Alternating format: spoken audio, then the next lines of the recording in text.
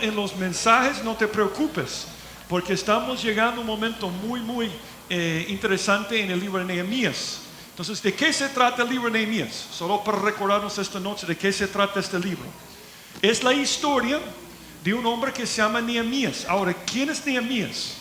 Él es el equivalente de que un salvadoreño sale de aquí y va a los Estados Unidos y sus nietos o bisnietos 100 años después se dan cuenta que hay problemas en El Salvador y deje todo para regresar a El Salvador.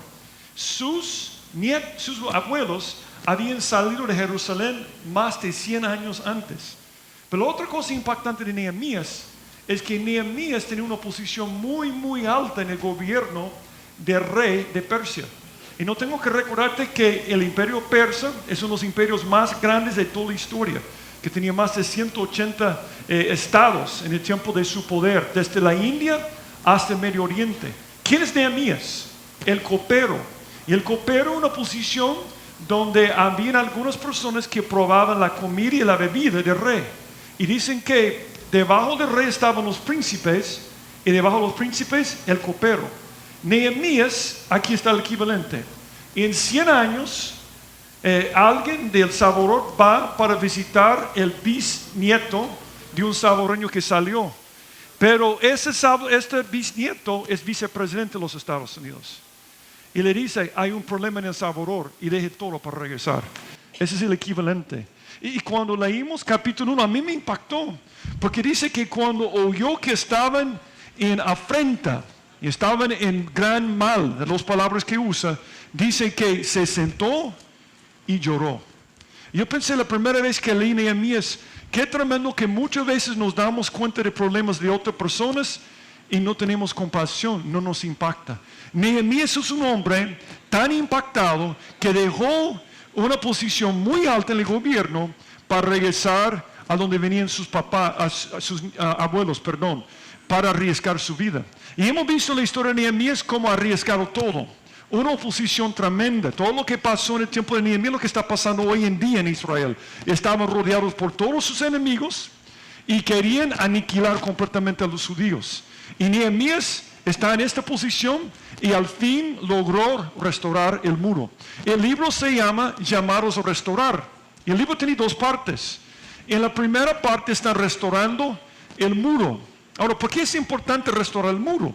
Porque en la antigüedad el muro era la única protección en contra de los enemigos. Es un cuadro de la seguridad. Cuando una persona tiene los muros derribados, es una persona insegura, en otras palabras. Entonces viene Nehemías y reconstruye, restaura los muros. Pero algo impactante que vamos a ver esta noche es que después de terminar el trabajo de construcción, no regresó a Persia, siguió adelante. Y uno tiene que preguntarse por qué no regresó después de terminar los muros. Porque era más importante para Nehemías restaurar a la nación de Israel, a Dios, que restaurar los muros. Eso es lo que vamos a ver en la última parte, la importancia de restaurarnos con Dios. El problema con muchos de nosotros, el problema que tenían ellos en aquel entonces, es que por las tentaciones, por las cosas que están en este mundo, tenemos una tendencia a alejarnos de Dios. Y siempre Dios nos da la oportunidad para restaurarnos con Dios. A mí me impacta algo que dijo a Jeremías. Jeremías es un hombre que estaba pasando por un tiempo difícil con Dios. Y dice algo, muchas cosas negativas. Y él dijo, Dios a Jeremías, por tanto así dijo Jehová, si te convirtieres, y yo te restauraré, y delante de mí estarás. Y si entresacaras lo precioso de lo vil, serás como mi boca. Conviértense en ellos a ti y no te conviertes a ellos. Está diciendo, número uno, tú tienes que volverse a mí, tienes que convertirte. Número dos, no puedes ser conformado o transformado por el mundo. Entonces tú tienes que ser una influencia en ellos. Y dice, y te pondré en este pueblo por muro fortificado de bronce, y pelearán contra ti, pero no te vencerán, porque yo estoy contigo para guardarte, para defenderte, dice Jehová. Es importante la seguridad física. Por eso se preocupó Nehemías por los muros físicos. Pero algo más importante que la protección de seguridad física es la seguridad emocional y espiritual. Muchas veces en nuestros matrimonios, nuestras familias, nuestras vidas personales, nos preocupamos solo por la parte física y descuidamos la parte emocional y espiritual. Hay aquí un hombre que tiene a todo el pueblo seguro físicamente, pero dice, hasta ahí yo tengo que seguir trabajando, porque es importante la parte espiritual y emocional. Vamos a ver un nuevo personaje esta noche que se llama Esdras. Y es interesante que Esdras, unos 14 años después, había restaurado el templo y algunas ruinas que estaban en Jerusalén, no el muro. Y cuando lo había terminado, mire sus palabras, hablando de esta importancia. Dice, porque siervos somos, dice Esdras, mas en nuestra servidumbre no nos ha desamparado nuestro Dios, sino que inclinó sobre nosotros su misericordia delante de los reyes de Persia, para que se nos diese vida para levantar la casa de nuestro Dios y restaurar sus ruinas, y darnos protección en Judá y en Jerusalén. Él es igual a Nehemías, dice, hemos restaurado la parte física, qué bueno. Pero mira lo que dice después. Pero ahora que tenemos protección física, ¿qué diremos, oh Dios nuestro, después de esto? Porque nosotros hemos dejado tus mandamientos. Muchas veces en nuestras relaciones más importantes, la familia, el matrimonio, nos preocupamos por lo físico, lo económico, nos preocupamos por la seguridad. Yo escucho a muchas personas decirme, mi preocupación más grande es el futuro de mis hijos. Pero entonces comienzan a hablar de la parte económica y no nos preocupamos por lo más importante, nuestra relación con Dios. No nos sirve tener seguridad física, tener las finanzas suficientes, si no tenemos seguridad emocional y espiritual. En Proverbios dice, como ciudad derribada y sin muro, es el hombre cuyo espíritu no tiene rienda. Entonces viene Nehemías y dice, vamos a restaurar la vida espiritual de este pueblo. Lo que vamos a aprender esta noche, cómo restaurar mi vida espiritual. Pero antes de verlo, vamos a orar. Padre, gracias por este tiempo que nos has dado esta noche para estudiar tu palabra. Y gracias por cada persona que ha venido esta noche. Y yo te pido, Señor, que hables al corazón de cada persona. Yo te doy gracias porque eres un Dios vivo y estás entre nosotros y quieres tener un encuentro divino con cada persona. Yo te pido que nos hables, Señor, como hiciste hace 2500 años a esas personas en Nehemías, que hables a nuestro corazón, Señor. Y si hay algo en nuestra vida que necesitamos cambiar, te pido que nos ayudes a cambiarlo, Señor. Y yo te pido, si hay alguien esta noche que no te conoce personalmente, te pido que toques a su corazón para que pueda comenzar relación personal contigo, para que te pueda recibir esta noche. Nos ponemos en tus manos y te pedimos que nos hables por medio de tu palabra. En el nombre de Jesucristo te lo pido. Amén. Nehemías 8 dice lo siguiente.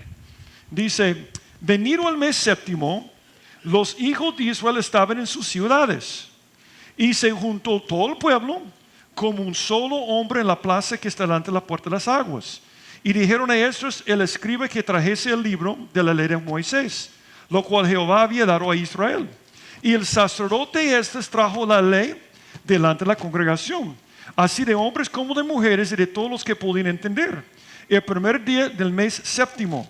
Y dice versículo 3, y leyó en el libro delante de la plaza, que está delante de la puerta de las aguas, desde el alba hasta el mediodía, en presencia de hombres y mujeres y de todos los que podían entender. Y los oídos de todo el pueblo estaban atentos al libro de la ley. Muchos de ustedes saben que a mí me encanta la historia. A mí me encanta la historia del mundo, la historia de la iglesia, toda la historia me encanta mucho. Y una de las cosas que me interesa en particular son todos los avivamientos espirituales en la historia. Hay historias tremendas donde había naciones o pueblos hundidos en pecado y de repente hubo un cambio donde muchas personas se convirtieron y todo cambió en ese momento. Es increíble leer las historias.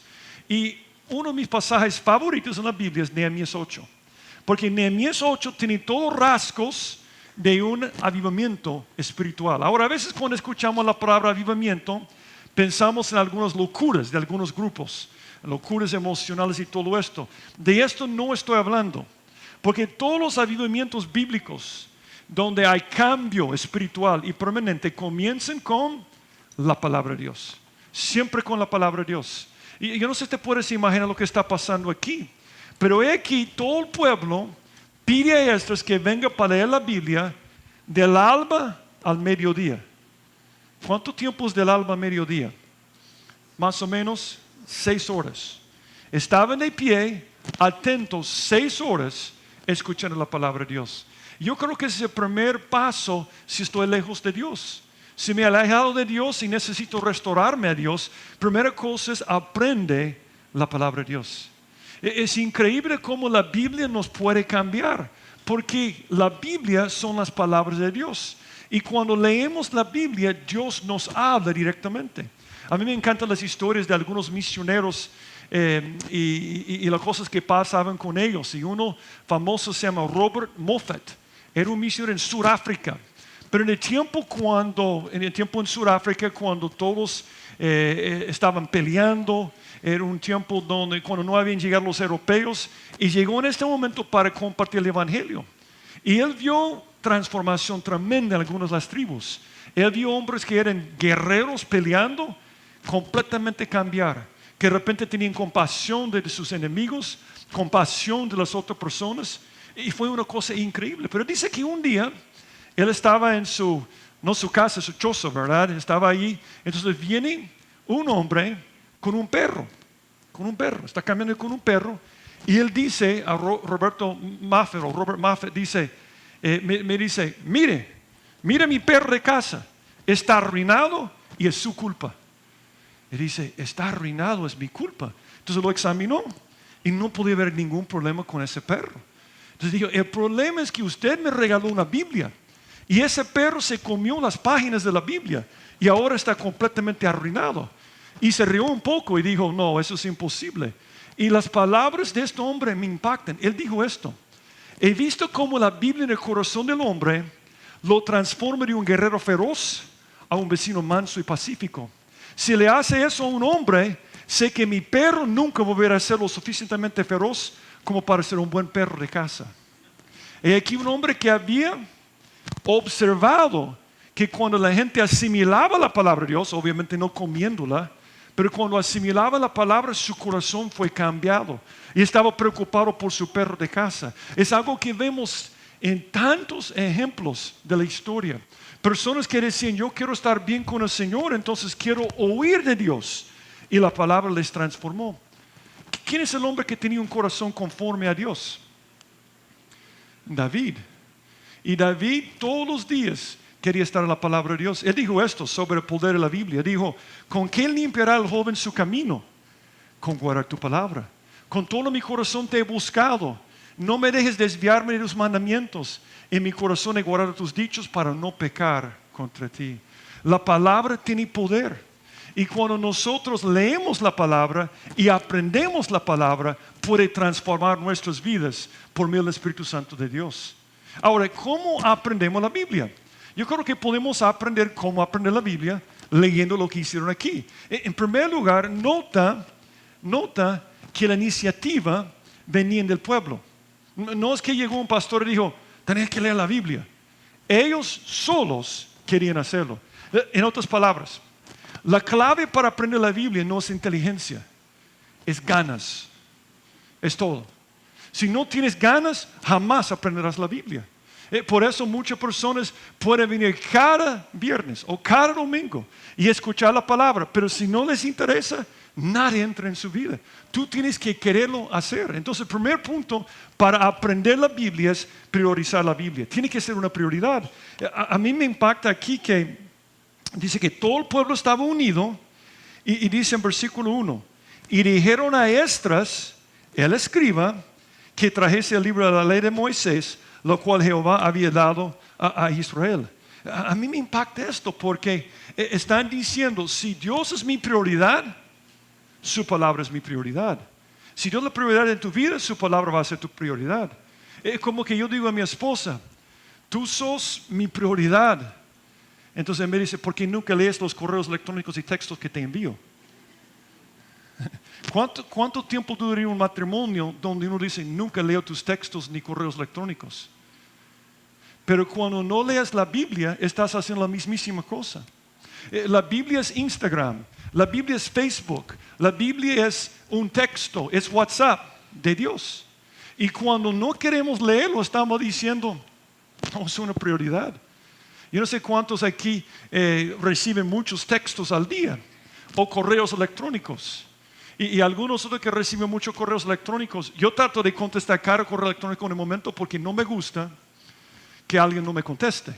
Yo trato de hacerlo. Pero muchos de nosotros tenemos tantos correos que ponemos algunos en un archivo que no vemos.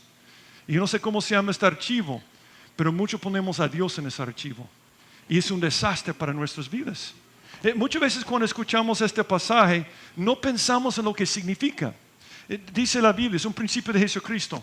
Mas buscar primeramente el reino de Dios y su justicia. Ahora yo tengo una pregunta. ¿Dónde buscas el reino de Dios y su justicia? ¿Dónde encuentras todo lo que tiene que ver con el reino de Dios y su justicia? La Biblia. Este pasaje está diciendo, lee la Biblia buscando estas cosas como prioridad. Y cuando lo haces, ¿qué pasa después? Y todas esas cosas os serán añadidas. Yo voy a dar la traducción salvadoreña. Si tú te metes en la Biblia, todos los otros chunches van a ser añadidos a tu vida. Nos preocupamos por los chunches de esta vida. Nos matamos por los chunches de esta vida. Y realmente es tiempo perdido. La prioridad es la palabra. Dios se encarga. No debemos afanarnos por todas estas cosas. Debemos buscar a Dios y se encarga la otra parte. Ahora me llama la atención que ellos pidieron a Esdras que leyera. Porque este libro se llama Nehemías. ¿Por qué Esdras? Porque Esdras era un hombre que conoce la palabra. Y yo quiero animarte en esto. Si tú me dices después de esto, yo quiero aprender la palabra de Dios, yo quiero seguir estos pasos, entonces métete en nuestro discipulado. Te vamos a poner con una persona que conoce la Biblia para que te pueda enseñar y para que puedas hacer preguntas también. Ellos querían aprender la Biblia, entonces dijeron, vamos a buscar a alguien que conoce la Biblia. Dice, porque Esdras había preparado su corazón para inquirir la ley de Jehová y para cumplirla y para enseñar sus estatutos y decretos. Una cosa más, poco de profundidad, pero me llama la atención dónde se reunieron. Dice, y se juntó todo el pueblo como un solo hombre en la plaza que está delante de la puerta de las aguas. Es interesante que antes de este momento en Israel, siempre leían la Biblia ahí por el templo. Porque el enfoque de Israel era el altar de los sacrificios. Pero Dios ya había retirado su presencia del templo en este momento. Y ese es un cambio histórico para Israel que nos impacta a nosotros. Y vamos a ver en unos instantes. Aún la forma que hacemos nuestros servicios viene de lo que pasó aquí. Pero en este momento, Esdras viene y no lee la Biblia por el altar, por el templo. Él escoge un lugar público, una plaza. La puerta de las aguas era la puerta al lado oriental de Jerusalén. Y estaba cerca de un río o un estanque que se llama Gihón. Era un lugar donde ellos sacaban algo, por eso se llama la puerta de las aguas. Pero nada es una casualidad para mí en la Biblia. Porque las aguas también representan ¿a qué? A la palabra de Dios. Cuando la Biblia te limpia, es como agua, ¿verdad? Esto escuchamos en casi todas las bodas. Hablando del trabajo del esposo para santificarla, alguien la purificaron el lavamiento del agua por la palabra de Dios. El agua que nos lava es la palabra de Dios. Es lo que nos limpia de nuestros pecados. Por eso dice David, como prioridad, cada mañana estoy en la palabra, buscando a Dios. De la misma forma que prioridad es bañarme en la mañana. Entonces, si no quieres ser chuco espiritualmente, tienes que bañarte en la palabra de Dios. ¿Estamos de acuerdo con esto? Las aguas que nos limpian, que nos lavan en cada momento. Pero también el agua que tomamos, que bebemos, es el Espíritu Santo. Entonces el Espíritu Santo obra con la palabra para transformar nuestras vidas. Es interesante, y menciono este versículo porque aquí vamos a ver que van a celebrar la fiesta de los tabernáculos. Y Jesucristo, cuando dijo esas palabras famosas, estaba en la fiesta de los tabernáculos, hablando del poder del Espíritu Santo por medio de su palabra. Dice, en el último y gran día de la fiesta, la misma fiesta que vamos a ver aquí, Jesús se puso en pie a sola voz diciendo, si alguno tiene sed, venga a mí y beba. El que cree en mí, como dice la Escritura, de su interior correrán ríos de agua viva. Esto dijo el Espíritu que habían recibido los que creyesen en él, pues aún no había venido el Espíritu Santo porque Jesús no había sido aún glorificado. Me llama la atención que están a la puerta de las aguas, sabiendo que El agua de la palabra nos limpia y nos satisface también. La Biblia debe ser nuestra prioridad. Y esas son analogías para hablar de la importancia. De la misma forma que me baño todos los días, debo ir a la palabra de Dios. De la misma forma que tengo que beber agua, debo ir a la palabra de Dios también. Pero otra cosa importante aquí. Dice 3 veces que estuvieron atentos. Mira lo que dice en versículo 3. Y leyó en el libro delante de la plaza, que está delante de la puerta de las aguas, desde el alba hasta el mediodía, en presencia de hombres y mujeres y de todos los que pudieran entender. Y los oídos de todo el pueblo estaban atentos al libro de la ley. Y el escriba Esdras estaba sobre un púlpito de madera. Interesante. Que habían hecho para ello. Y junto a él estaban Matatías, Sema, Anías, Urías, Hilcías y Maasías. Y a su mano derecha y a su mano izquierda, Peraías, Misael, Malaquías, Asún, Asparana, Zacarías y Mesulam. Probablemente son líderes. No nos dice exactamente quiénes son, pero creo que están ahí con Esdras, porque es algo para todo el pueblo. Entonces están diciendo, ese es algo de nuestro liderazgo. Versículo 5. Abrió pues Esdras el libro los ojos de todo el pueblo, porque estaba más alto que todo el pueblo. Esto me anima. No todos los altos en la Biblia son malos. Ustedes nunca se han fijado que cuando Julio predica sobre Saúl, Julio siempre dice, Saúl era más alto que todos, como Steve. Él siempre dice esto, Saúl, Steve. Entonces yo tenía esta crisis en mi vida siempre pensando en Saúl. Pero ahora, desde ahora adelante deben decir Esdras como Steve, ¿verdad? Steve como Esdras. ¿Están de acuerdo? Porque quiere Esdras, alto. No todos los altos son malos. Saúl y Goliat, malos, pero no todos. ¿Están de acuerdo? Eso es para mi autoestima, ¿verdad? Me estoy animando, ¿verdad? Con esto. Entonces, si puedes imaginarte Esdras, ¿verdad? Más alto, ¿verdad? Ajá, qué bueno. Entonces dice después, y cuando lo abrió, todo el pueblo estuvo atento. Y dice la última parte del versículo 7, y el pueblo estaba atento en su lugar. Ahora, eso es importante. Es muy importante. Yo puedo poner como prioridad leer la Biblia, pero si no estoy atento, de nada me sirve. Y tienes que prestar atención a la palabra. Eso es muy importante. A mí me impacta que 6 horas, y vamos a ver que durante una semana entera, cada mañana, 6 horas, estaban así escuchando la palabra de Dios. No te sirve leer o oír la Biblia si no prestas atención. Y yo escucho a muchas personas decir, sí, pero la Biblia es aburrida y difícil de leer. Hermano Leo, que hablaron de él mucho, era como mi papá siempre decía, la Biblia no es aburrida, es gente aburrida leyendo la Biblia.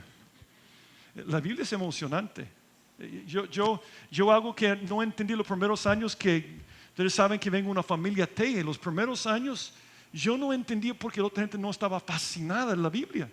Yo decía, predice el futuro, dice lo que va a pasar hasta que sucede y nunca se equivoca. Yo me emocionaba y mis contemporáneos que habían crecido en la iglesia estaban, sí, es cierto, siempre se cumple la profecía.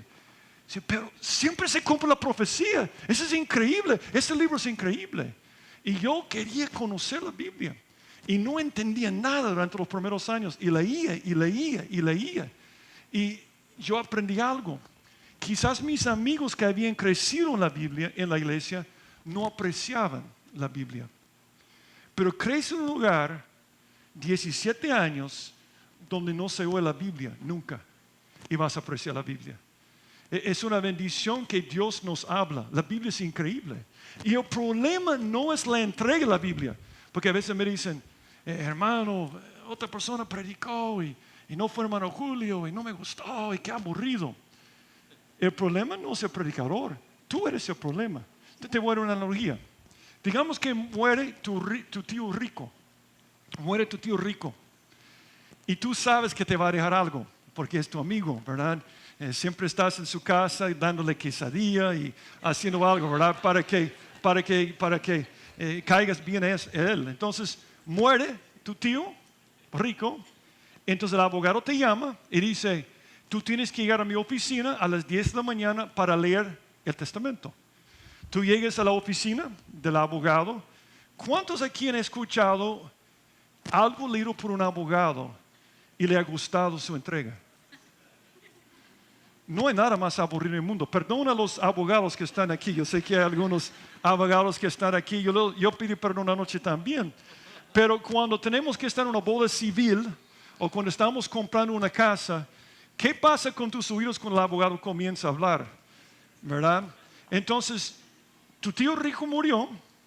Entonces tú vas a la lectura del testamento y estás ahí sentado. Entonces está leyendo el testamento y dice, y yo dejo $10,000 a mi sobrino. Entonces termina todo el tiempo y sales y dice a tu esposa, qué aburrido este abogado. No me gustó cómo leo esa parte de $10,000. Esto no me parece. ¿Te interesa cómo leyó la parte del testamento? Porque estás interesado en ¿qué? El contenido.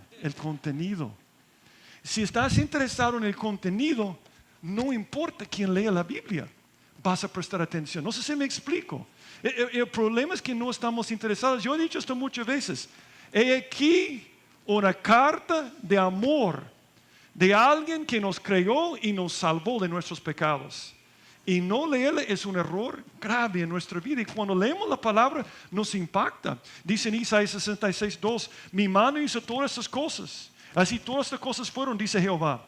Pero miraré a aquel que es pobre y humilde de espíritu y que tiembla mi palabra. Una persona que dice, van a leer la Biblia. Y en este momento, dice en este pasaje, que se pusieron de pie y estaban atentos. No porque Esdras era emocionante, porque estaban interesados en el contenido. Dicen de los de Berea que esos eran más nobles. La palabra noble es interesante en griego, es eugene. Eugenio viene de esta palabra noble, porque en griego gene es genes y eu significa bueno, buenos genes. Si tú te llamas Eugenio o Eugenia, significa buenos genes.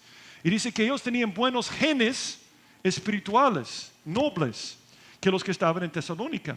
Pues reciben la palabra con toda solicitud. Pero mira lo que dice. Escudriñando cada de las escrituras para ver si estas cosas eran así. Nunca me debes creer lo que yo digo en el púlpito, jamás, ni a Julio.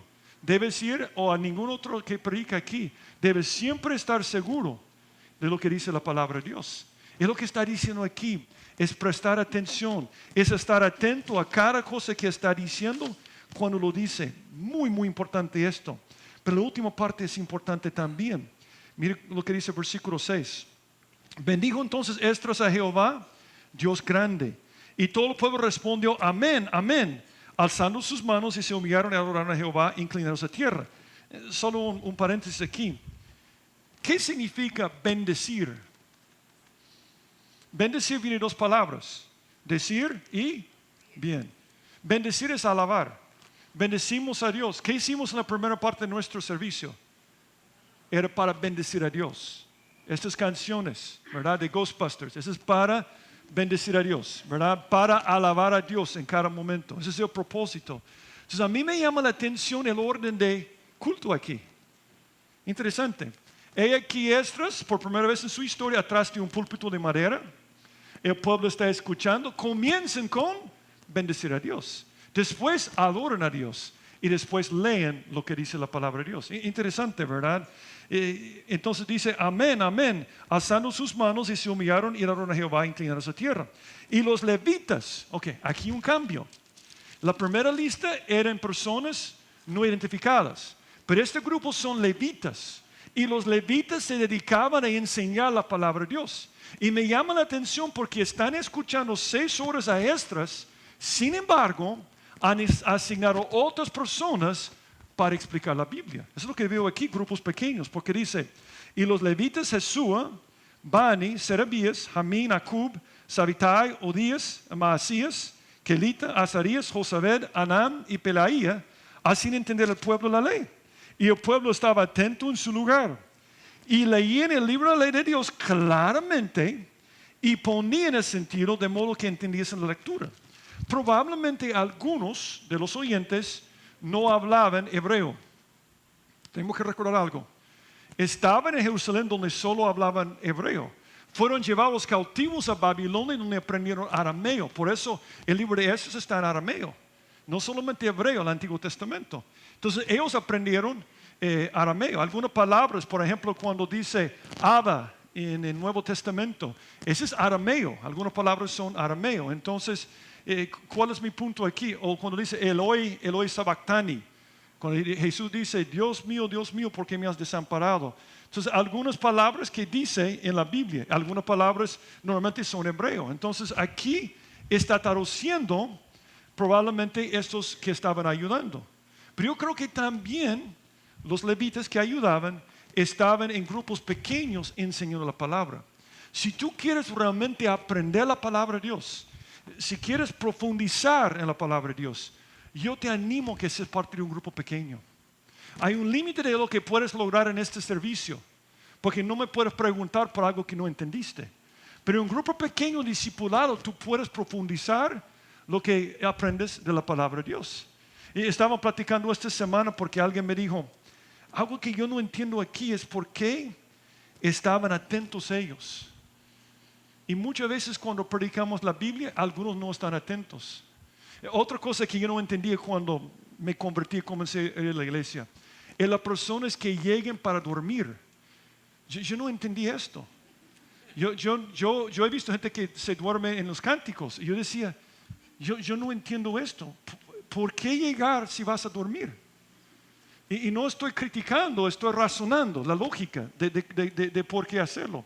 Y yo me di cuenta que el problema es que no hay interés, no hay ganas. Y como decimos muchas veces, no me nace.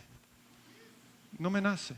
No me nace la palabra de Dios. Si tú tienes este problema, vas a tener problemas grandes en tu vida.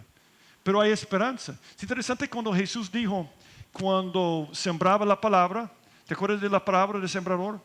Él tira la semilla y una parte de la semilla cae en el camino que estaba entre los surcos, ¿verdad? Donde estaba la cosa que estaban cultivando. Y era tan duro que dice que no entraba en la tierra, entonces venía el diablo para arrebatar la palabra. Entonces dicen que algunas personas, su corazón es como alguien que oye la palabra reino y no la entiende. ¿Por qué no la entiende? Su corazón es duro. Mucha gente de la Biblia es difícil de entender. No, el problema es el corazón. Porque si realmente tienes ganas, vas a leerla y leerla y leerla para entenderlo. Dice, cuando alguien oye la palabra del reino y no la entiende, viene el malo y arrebata lo que fue sembrado en su corazón. Ese es el que fue sembrado junto al camino. Pero hay un tipo de corazón que es como tierra fértil, donde da fruto en este momento. ¿Qué hacer esta noche? Tú has venido esta noche y me dices, él tiene razón.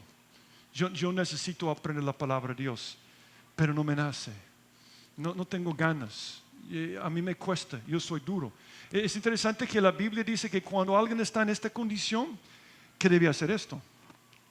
Sembrar para vosotros en justicia, que es la palabra, segar para vosotros la misericordia. Pero dice después, hacer para vosotros barbecho. ¿Qué es hacer barbecho? No sé cuántos han trabajado en la agricultura, pero antes de sembrar tienen que mover la tierra. Hacer barbechos, hacer esto con la tierra. Y después pueden hacerlo.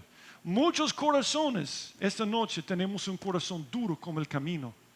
Y a veces Dios permite pruebas para hacer barbecho. Pero nosotros tenemos la responsabilidad de hacer barbecho. Y eso significa ir a la palabra de Dios aunque no me nace. Leer la Biblia, poner atención, comparar mi vida cuando dice la palabra de Dios y hacer los cambios. Y dice después, porque es tiempo de buscar a Jehová hasta que venga y os enseñe justicia. Te voy a dar un ejemplo de una persona que lo hizo, antes de seguir. Una persona que lo hizo. Josías. Josías era un rey joven. Y dice que estaba limpiando el templo y encontraron la ley. Y dice que cuando leyeron la ley, él comenzó a llorar y a rasgar sus vestidos, poner cilicio y se arrepintió de pecado. Y después dice Dios por medio de un profeta, mas al rey de Judá que os he enviado para que preguntases a Jehová, diréis así: así ha dicho Jehová, el Dios de Israel, por cuanto oíste las palabras del libro y tu corazón, ¿qué? Fue hecho barbecho, se enterneció y te humillaste delante de Jehová. Cuando hice lo que yo he pronunciado contra este lugar y contra sus moradores, que vendrán a ser asolados y malditos, y rasgaste tus vestidos y lloraste en mi presencia, también yo te he oído, dice Jehová. Para aprender la Biblia, la clave es ganas, es querer aprender la Biblia. Si no te nace, lea la Biblia de todas maneras, porque al estar leyéndolo y poner atención, Dios te va a hablar.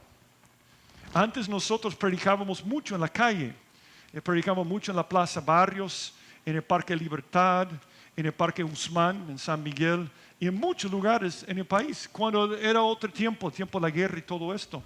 Y cuando predicas en el centro, te encuentras con gente interesante. Yo estaba recordando una historia ridícula anoche, pero lo voy a compartir con ustedes. Pero una vez estaba en Honduras y estábamos en un parque ahí por el cementerio de Tegucigalpa.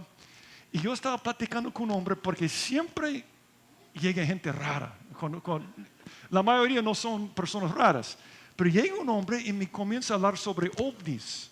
Y que estaba esperando los ovnis. Pero cada rato cuando me estaba hablando, hacía esto.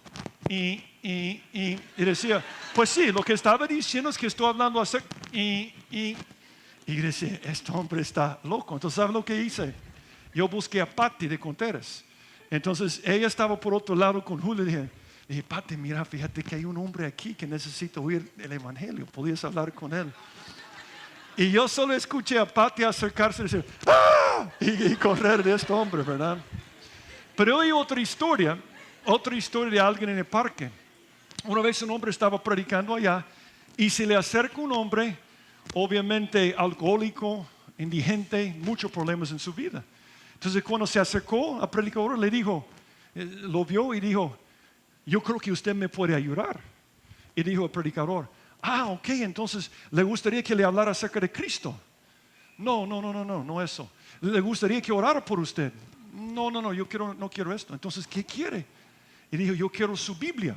Entonces dijo, ¿por qué quiere mi Biblia si no quiere saber acerca de Jesús y no quiere orar? Y dijo, es que yo me he fijado que las páginas son muy finas y me servirían para enrollar mis cigarros. Entonces yo le pido que me regale su Biblia. Y yo he conocido a algunos que han enrollado otras cosas con su Biblia, ¿verdad? Para otro tiempo, ¿verdad? Entonces, él dijo, ok, pero este predicador era muy inteligente. Él dijo, ok, se lo voy a regalar la Biblia si usted me hace una promesa. Antes de romper cada página, tiene que comprometerse con leer la Biblia primero. Entonces él dijo que sí. Entonces dice que 4 meses después estaba predicando en el mismo lugar cuando se le acerca un hombre con un saco y traje. Un hombre muy formal. Entonces se le acercó al predicador y le dijo, usted no se acuerda de mí, ¿verdad? No, yo no me acuerdo de usted. Me dijo, es que yo soy la persona que hace 4 meses me acerqué a usted para pedir la Biblia. Dice, ¿qué pasó? ¿Qué pasó en su vida? Él dijo, hace lo que me pasó. Fumé a Mateo, fumé a Marcos, fumé a Lucas y Juan me fumó a mí. Esa es su conversión, ¿verdad? Es una historia verídica.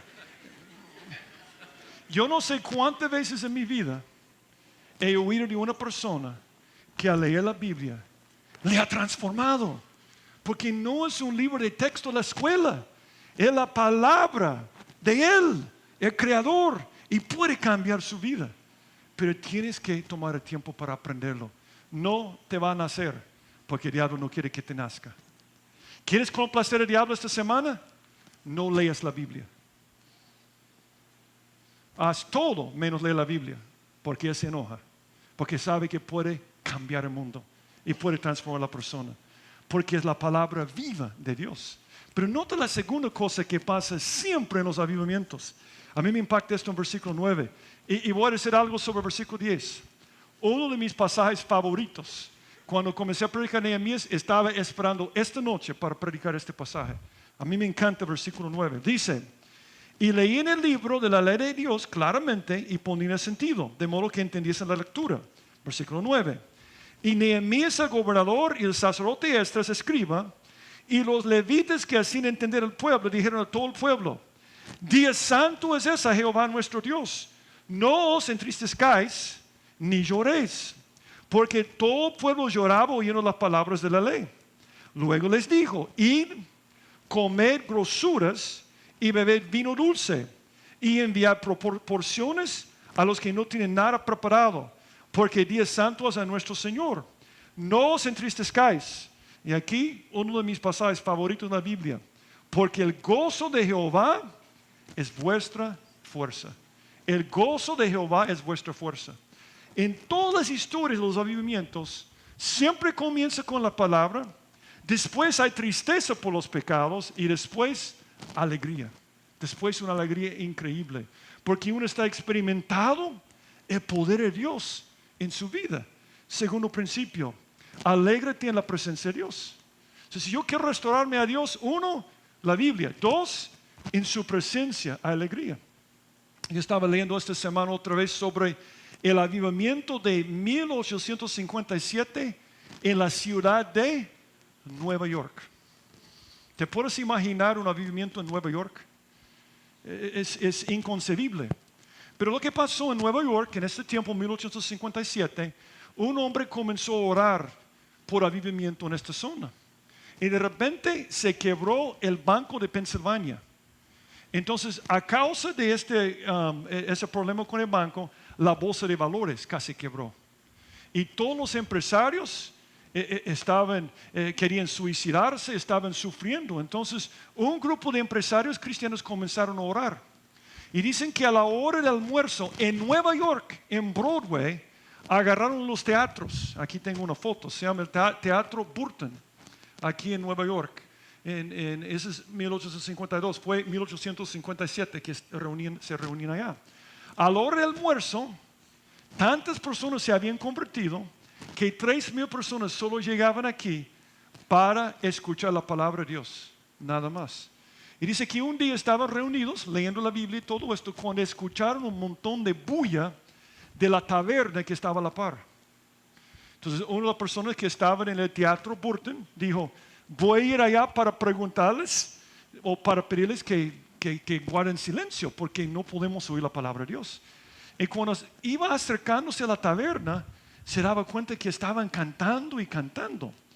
Él reconocía la música, pero algo que le asustó cuando entró en la taberna es que todos habían tomado canciones que cantan en bares y tabernas y habían cambiado las letras.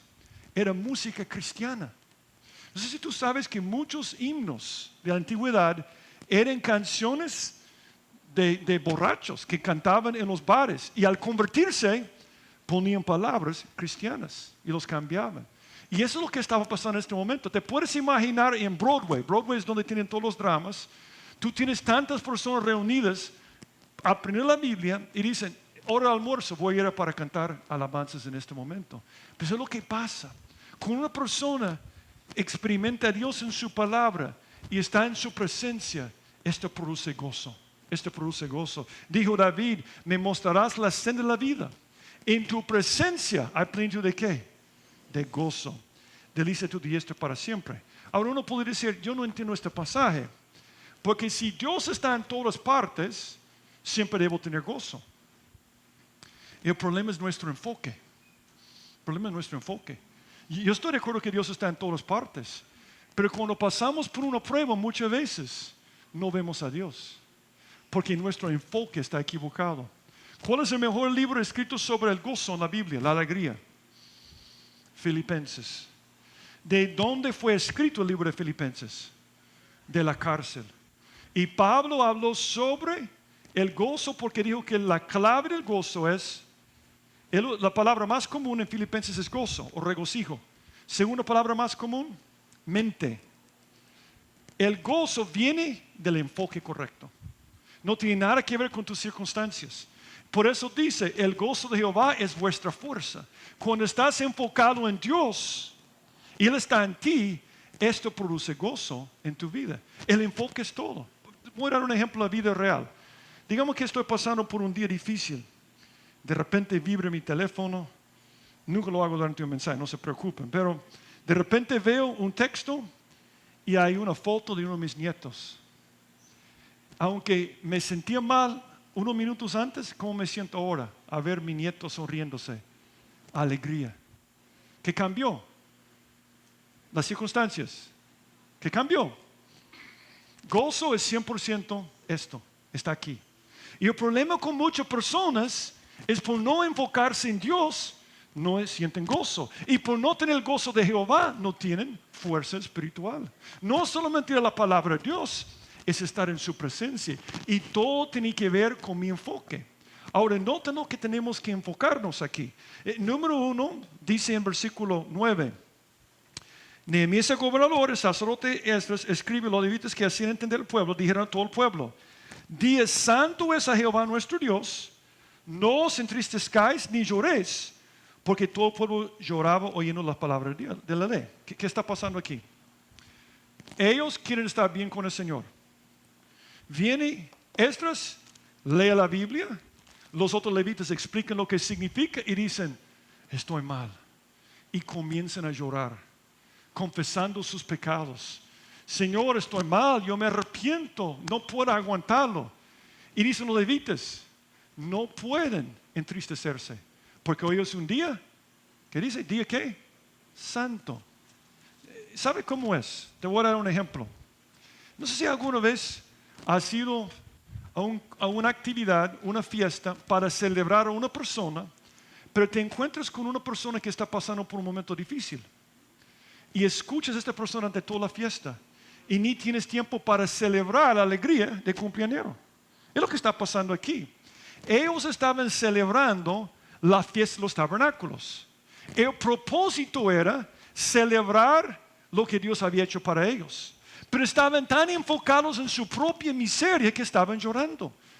¿Por qué estás llorando? Es como que me inviten a cumpleaños de mi mejor amigo. Y llego allá, durante todo el tiempo estoy hablando con la esposa de mi mejor amigo. Es que me está pasando difícil. Y ella pasa toda la noche conmigo en mi miseria y todo esto. Es egoísta. Debemos pensar en la persona que está cumpliendo años. Es lo que están diciendo aquí. Ese es día santo. Es un día para Dios. Ese es un día para celebrar. Y ustedes están enfocados en su propia miseria. Yo he aprendido algo sobre la depresión y desánimo. Muchas veces es una cuestión física y química. Yo entiendo esto. Pero algunas personas jamás salen de su depresión porque no quiten sus ojos de su propia miseria. Hay un Dios que quiere hacer cosas grandes en tu vida. Y cuando levantas tus ojos a su propósito, te puede sacar del pozo de desesperación. Eso es lo que dice la palabra de Dios. Es lo que están diciendo en esto. Número 1, enfócate en su propósito. Pablo está encadenado a un guardia, sufriendo en la cárcel, y dice esas palabras: ¿qué pues?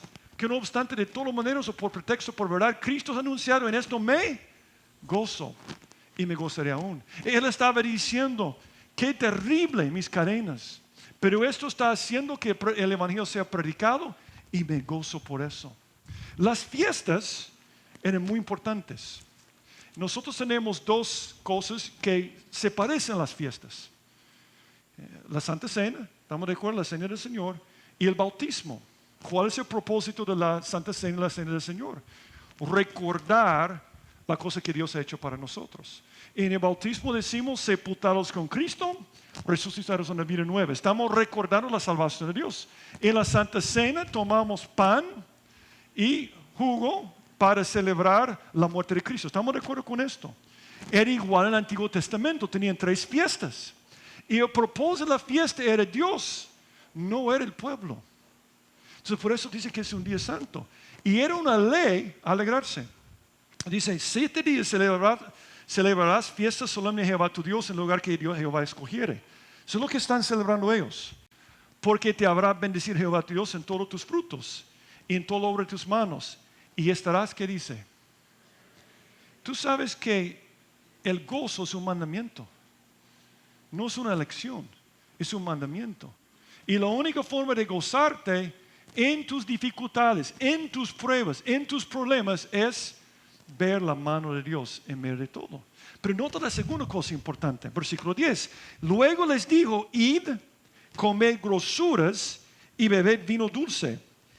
¿Y qué tenían que hacer con esto? Enviar porciones a los que no tienen nada preparado. Yo le he dicho en muchas ocasiones que Carlos Menninger era el padre de psiquiatría moderna. Era un hombre que tenía clínicas por todo el mundo, muy famoso en los 50, 60 y 70. Y los que han estudiado psicología saben de qué estoy hablando. Y alguien le preguntó: ¿qué recomienda usted cuando una persona está luchando con depresión? Y él dijo: que encuentra a alguien con problemas y que le ayude. Cuando quitamos nuestros ojos de nuestra miseria y los ponemos en Dios y en otras personas, produce alegría en nuestras vidas. Y dices, es una celebración. Deben comer, fiesta y pasar la fiesta con otras personas. Y yo creo que la segunda cosa que dice es que enfócate en tu prójimo. Eso es muy importante. A mí me llama la atención algo que he compartido muchas veces, que decía, id, comed grosuras y bebed vino dulce. Algo interesante en la Biblia es que la grasa, siempre en la Biblia, es la mejor parte de algo. Cuando tú comes, si tú vas a comer pupusas después de estar aquí, ¿cuál es la mejor parte de la pupusa? ¿El maíz? No, la grasa. La grasa, el aceite que usaron para preparar la pupusa, plátano sin aceite, guácala, ¿verdad? ¿Cuál es la mejor parte de cada comida? ¿Alguna vez has comido pupusas sin grasa? Imposible. ¿Quesadillas sin grasa? Mi esposa trató de hacerlo, pero es imposible, ¿verdad? Imposible. La grasa es la mejor parte de la vida. Y Dios quiere que tengas la grasa. Pero la grasa es tu enemiga cuando no la compartes con otras personas o no la quemas. Dios te regala más tiempo, grasa. Más dinero, grasa. Más dones, grasa. Y lo que debes hacer con la grasa es que si yo como mucho grasa y no la quemo, es mi enemigo. Al estar entrando, qué rico este chocolate. Porque la otra cosa es vino dulce. Dulce. Y no es una casualidad que cuando Dios llevó a Israel a la tierra prometida, no dijo, les voy a llevar a la tierra que fluye zanahoria y apio. ¿Qué dijo? Leche, grasa y dulce, ¿verdad? Dulce es la parte agradable de la vida. Yo voy a decir algo sobre Dios. Él te ama.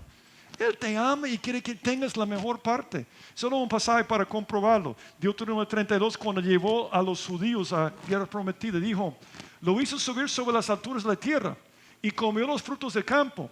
Hizo que chupase miel de la peña y aceite del duro pedernal, mantequilla, grasa, de vacas, leche, grasa, con grosura de corderos, grasa, carneros de Basán, más grasa, también machos cabrillos, con lo mejor. Y es interesante que en hebreo la palabra usada por grasa es lo mejor de trigo. Aún el trigo tiene grasa para Dios. Y la sangre de la uva bebiste vino. Dios dice, yo quiero lo mejor para ti, pero te proveo esto para compartir con otros y para quemar para mí.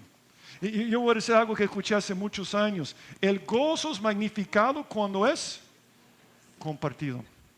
¿Cuántos aquí han visto una película con sus mejores amigos, una comedia, y cómo te reíste cuando la viste con tus amigos? Pero unos días después ves la misma película, estás solo y te ríes tanto. No. Yo me acuerdo una vez que vimos con los pastores Nacho Libre. Muerto de risa, es una de mis películas favoritas de la historia. Pero un día, sí, es lo que dice mi esposa también, bayunco, ¿verdad? Pero mi esposa no entiende mi sentido de humor. Y con mi hija Michelle, que ya no está en la casa, ¿verdad? Ella me ama. Pero no está en la casa. Entonces, ella le gustaba ver programas así, por ejemplo, Los Tres Chiflados. Y nos estábamos muy de risa. Y mi esposa dice, eso no es chistoso. Tres Chiflados, esto no me da risa. Muy seria, ¿verdad? Entonces, ¿por qué estoy hablando de comedias? Porque cuando estamos con nuestros amigos, el gozo se multiplica. ¿Están de acuerdo conmigo? Es lo que está diciendo. Es la mejor forma. Si tú quieres deprimirte, piensa en tu miseria y aíslate de otras personas. Esa es una fórmula segura. Si quieres ser, no podemos tener verdadero gozo a menos que comportamos con lo que tenemos con los demás. Y yo me acuerdo una cita de la película Mente Brillante. Una película que me llama la atención porque es la historia de John Nash, que se casó con una salvadoreña. No sé si sabían esto. Su esposa salvadoreña, una mujer muy inteligente. Se casó con ella y él ganó un premio porque él descubrió algo con la matemática, con la economía. Pero si tú te acuerdas de la película, él tenía un problema con esquizofrenia. Un problema serio. Y él dijo esto, hablando sobre su problema en la película, su locura. Él dijo esto: La locura puede ser un escape. Si las cosas no son tan buenas, quizás quieres imaginarte algo mejor. Y él dijo esto: en mi locura yo creía que yo era la persona más importante en el mundo. Ese es el problema. Si solo pienso en mí mismo, yo voy a ser miserable. ¿Quieres ser miserable? Piensa mucho de ti mismo. Piensa lo que quieres, piensa lo que te gusta, piensa lo del respeto que la gente te debe dar y piensa lo que piensa la gente de ti. Es una forma de hacerlo. Y tenemos que correr. Entonces dice, el gozo de Jehová es vuestra fuerza. El gozo de Jehová. Yo estaba compartiendo con alguien anoche que yo hablo mucho sobre esto en la iglesia porque yo venía de una familia terrible, como muchos saben. Y cuando yo conocí al Señor, cambió mi vida radicalmente. Pero otra cosa que me ayudó mucho, porque yo era una persona muy solitaria, que luchaba todo el tiempo con desánimo y tristeza, era el libro de Filipenses. Y el poder del gozo. Por eso me gusta este pasaje. El gozo de Jehová es vuestra fuerza. Nota de quién es el gozo. Cuando experimentas la presencia de Dios, Él comparte su gozo. Es un mandamiento gozarse. Regocijaos en el Señor siempre. Otra vez digo regocijaos. Dos cosas importantes. Es un mandamiento. Mucha gente dice, ¿cómo que él ha de estar alegre si no conoce la situación del país? ¿Quién es él? ¿Cómo que dice que puede estar alegre con los problemas económicos y la pobreza y lo que está pasando en Venezuela y en Nicaragua y en los Estados Unidos? ¿Cómo puede estar alegre? Porque es en el Señor. Es en el Señor. No está en otro lugar, está en el Señor. Uno puede regocijarse cuando ve a Dios y lo que puede hacer en su vida. Y no importan las circunstancias. Dice en Habacuc, aunque la higuera no florezca, ni en las vides haya frutos, aunque falte el producto del olivo, y los labradores no den mantenimiento, y las ovejas sean quitadas de la majada, y no haya vacas en los corrales. Con todo, yo me alegraré. ¿Dónde? En Jehová. Puedes estar en una familia terrible. Puedes estar en un matrimonio terrible. Puedes vivir en un lugar terrible. Pero si conoces a Cristo, ¿dónde estás realmente? En Cristo. Y puedes gozarte en esto, enfocado en Él. Y me gozaré en el Dios de mi salvación. Hay poder, hay poder, hay poder en el gozo. Dice la Biblia, el corazón alegre constituye buen remedio, mas el espíritu triste seca los huesos. Los investigadores de medicina han comprobado con la relación entre la buena salud y la risa. La Biblia ya lo decía. Todos los días del afligido son difíciles, mas el corazón contento tiene un banquete continuo. El mundo se está derrumbando alrededor mío, pero tengo un banquete adentro. Enfócate en su palabra. Dice el versículo 11, los levitas pues hacían callar a todo el pueblo diciendo, callad, porque es día santo y no os entristezcáis. Y todo el pueblo se fue a comer y a beber, a obsequiar porciones y a gozar de grande alegría, porque habían entendido las palabras que le había enseñado. Uno tiene que creer lo que dice la Biblia. Uno tiene que experimentarlo. Decir, yo me voy a gozar por lo que Dios puede hacer en mi vida. Yo voy a dar mi traducción aquí, lo que pasó. Vienen los levitas y dicen, perdón que voy a decir la palabra, pero está en la Biblia, cállense, llorones. No dijo, ya me voy, llorones, como dicen los buses, ¿verdad? No sé por qué siempre dicen los buses, ya me voy, llorones, o ya llegué, llorones, pero alguien me puede explicar después. Pero en este momento dicen, es pesado, pero lo que dicen, cállense, llorones. Hoy es día de fiesta de Dios y lo que puede hacer Dios. Es lo que está diciendo. Es un enfoque en la palabra de Dios. Fueron halladas tus palabras y yo las comí, dice Jeremías. Y tu palabra me fue por gozo y por alegría de mi corazón. Porque tu nombre se invocó sobre mí, oh Jehová Dios de los ejércitos. Y solo voy a decir dos cosas sobre la última parte. Acato los preceptos de Dios. Lo leo y dos comentarios y nos vamos. Al día siguiente se reunieron los cabezas de la familia de todo el pueblo, sacerdotes y levitas, a ellos el escriba, para entender las palabras de la ley. Interesante. Han escuchado cada día 6 horas, pero todavía no entienden todo. Y le preguntan sobre la fiesta de los tabernáculos, porque venía esta fiesta. Entonces vienen los cabezas de la familia para preguntarles. Y ya hallaron escrito en la ley que Jehová había mandado por mano de Moisés que habitasen los hijos de Israel en tabernáculos en la fiesta solemne del mes séptimo.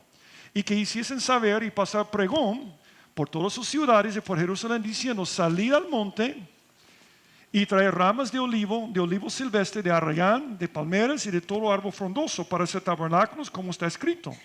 Salió pues el pueblo y trajeron ramas y hicieron tabernáculos, cada uno sobre su terrado, en sus patios, en los patios de la casa de Dios, en la plaza de la puerta de las aguas, en la plaza de la puerta de Efraín.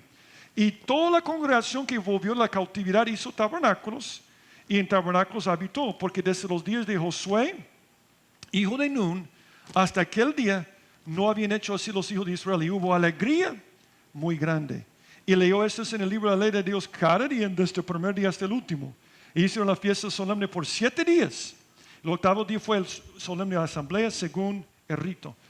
No vamos a analizar cada palabra, pero quiero que entendamos lo que está pasando aquí. Ellos leyeron la Biblia que tenían que celebrar la fiesta de los tabernáculos. Era una fiesta para recordar la fidelidad de Dios.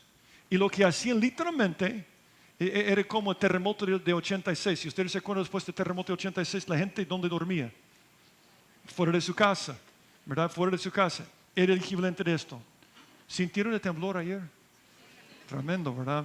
Pero todos dormidos afuera, pero tenían tabernáculos. Entonces es interesante que estamos hablando de restaurarnos con Dios. Estamos hablando de restaurarnos con Dios. Es interesante que en la primera parte importante tiene que ver con la mente. ¿Están de acuerdo? La palabra de Dios. La segunda parte tiene que ver con el corazón, las emociones, la alegría. Pero la tercera parte tiene que ver con la voluntad. Por eso puse acata los preceptos de Dios. Si tú quieres que Dios te cambie, tienes que aprender. Y eso te va a alegrar. Pero tienes que guardar su palabra también. Esa es una cosa importante. Ahora, ¿qué eran la fiesta de los tabernáculos? Ellos básicamente estaban en unos tabernáculos que hacían en medio de la ciudad. Y los hijos decían: papá, ¿por qué estamos dormidos aquí? Hijo, es para recordar la fidelidad de Dios antes. Porque nuestros padres estaban en el desierto, Dios proveía maná y agua desde la peña de Horeb. Y ni sus zapatos se desgastaron. Y ese mismo Dios que era fiel con nuestros padres, puede ser fiel con nosotros. Entonces celebramos la fidelidad de Dios, en el pasado, pero también en el presente. Dicen que cuando lo celebraban normalmente, en el tiempo de Jesús, sacrificaban 199 animales. Porque estaban diciendo, no solamente tú eres fiel antes, Señor, eres en el tiempo presente fiel ahora. Y por eso ellos daban de sus animales en sacrificios. Era el tiempo de la última cosecha, el tiempo de rebusco. Entonces estaban celebrando al Señor, gracias por las lluvias, pero también estaban celebrando al futuro Mesías. Dios, antes eres fiel con nuestros padres, ahora eres fiel con nosotros. Pero lo más tremendo es que estamos recordando que viene Jesús y vas a ser fiel. En la eternidad o en el milenio dice: todos los que sobrevivieron de las naciones que vinieron contra Jerusalén subirán de año en año para adorar al Rey, a Jehová de los ejércitos, y a celebrar la fiesta de los tabernáculos. El domingo vamos a seguir con esto. Este domingo no vamos a ver Malaquías, vamos a seguir con Nehemías. Pero lo que yo quiero que recuerdes de esta noche es la oportunidad de restaurarte con Dios. Pero si estás bien con el Señor ahora, acuérdate de esos principios. Dios necesita tu mente. Deje que tu mente sea transformada por la Biblia. Necesita tu corazón y tus emociones. Regocijaos. Y otra vez os digo, regocijaos. Ese es un mandamiento. Él quiere tu corazón, tus emociones, pero también tu voluntad. Tienes que guardar lo que dice su palabra o no te va a transformar. Oremos. Padre, gracias por tu palabra que nos transforma, nos cambia. Y gracias porque cuando tenemos necesidades como comida para nosotros. Y como dijo Jesús, no vivirá el hombre solo del pan, sino de cada palabra que sale de tu boca, Señor. Y te damos gracias por su poder. Pero gracias, Señor, también porque podemos gozarnos a pesar de las dificultades de nuestra vida. Gracias porque tu gozo es nuestra fuerza. Y yo te pido por cada persona presente esta noche, algunos que probablemente están pasando por un momento difícil, yo te pido que puedas ministrar en su necesidad, que puedan experimentar tu gozo y tener la fuerza espiritual para seguir adelante en la vida, Señor. Y yo te pido por si hay alguien que no te ha recibido, que no puede regocijarse en el Señor porque no te ha recibido y necesita hacerlo esta noche. Toca su corazón, Señor, para que te pueda recibir esta noche. En el nombre de Jesucristo te lo pido. Y siempre con los ojos cerrados, la cabeza inclinada. Quizás tú has venido esta noche y tú dices: Steve, yo me he dado cuenta de mi necesidad. Yo necesito recibir a Jesucristo. Yo quiero que Él esté en mí y que yo esté en Él también. Yo quiero esa relación íntima con Él. Yo quiero experimentar su gozo. Yo quiero que Él vive su vida por medio de mí. Esta noche tú puedes abrir tu corazón a Jesús. Quizás digas, pero no sé qué decir exactamente. Déjeme ayudarte con las palabras que yo dije cuando recibí a Jesús. Así que si esta noche te gustaría recibir a Cristo en tu corazón, repite esta oración conmigo. Di esto a Dios. Di: Padre Celestial, en este momento reconozco que soy pecador y que no puedo salvarme a mí mismo. Me arrepiento de todos mis pecados y te abro la puerta de mi corazón. Entra, Jesús, sálvame, cámbiame, pues yo me entrego a ti. Gracias por oír mi oración y gracias por salvarme. En el nombre de Jesucristo te lo pido. Y siempre con los ojos cerrados, yo quiero orar por ti. Si tú oraste en este momento para recibir a Jesús, así te voy a pedir que lo indiques levantando tu mano. Con tus ojos cerrados, levanta tu mano si oraste en este momento para recibir a Jesús. Tú dices: esta noche yo veo tu mano. Habrá otra persona. Yo veo tu mano también. Habrá otra persona que dice: yo oré esta noche para recibir a Jesús. Ore por mí. Habrá otra persona. Padre, yo te pido por estas personas que indican que te recibieron esta noche. Te pido que les ayudes a crecer en su relación contigo, a conocer tu paz, tu amor y tu gozo, Señor. Yo te pido eso por todo lo que estamos aquí, que podamos experimentar tu fuerza por medio de tu gozo. En el nombre de Jesucristo te lo